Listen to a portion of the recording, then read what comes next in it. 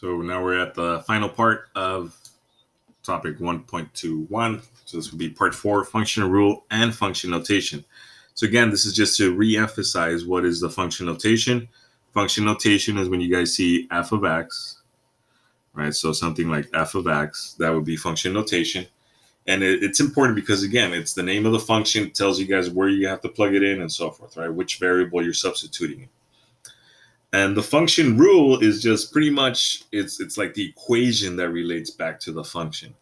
So this will always be the function rule, which is pretty much what it's telling us to do when we input a number. All right. So this is what happens to this number when it goes into this function. So now let's look at part A. So f of, so we're looking at when x is equal to -3, we plug it into our function rule. So that means we're looking in this step at f of -3, right? So we plug in for x, that would be -2, and then again, substitute, right? We want to substitute that value, -3 for x, and that would be -2 times -3 plus 4.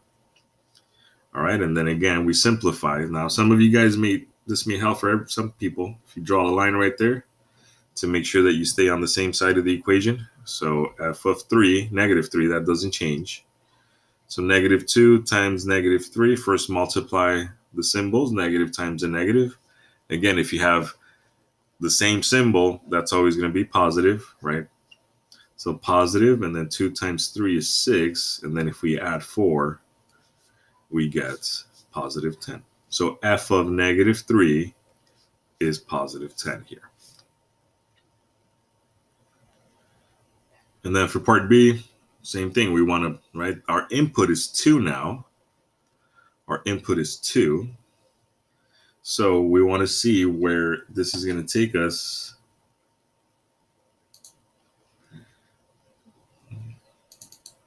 Too much. So if we do plug in 2 in here, so now x is an exponent, so we have to be careful. So f of 2 equals 3 times 7 raised to the second power, right? So again, that 2 becomes an exponent inside the function rule. So here we follow order of operations. We don't have any parentheses, but we do have an exponent. So that's the first thing that we need to do. Remember, that's 7 squared, or 7 to the second power, is the same as 7 times 7. And that would be 49. So 3 times 49. And again, if you guys need to use a calculator, there's no harm in that. So 3 times 49 happens to be 147. So that would be f of 2 equals 147. And then for our last example right there. So now they're telling us there's no input. So what is the input when the output is 125?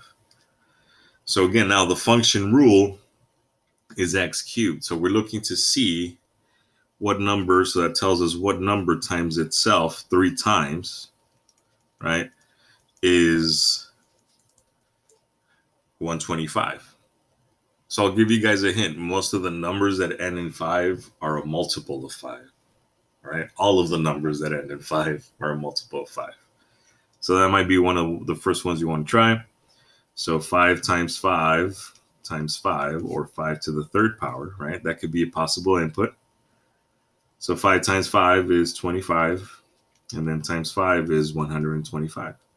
Oh, nice. So that means that 5 cubed is 125.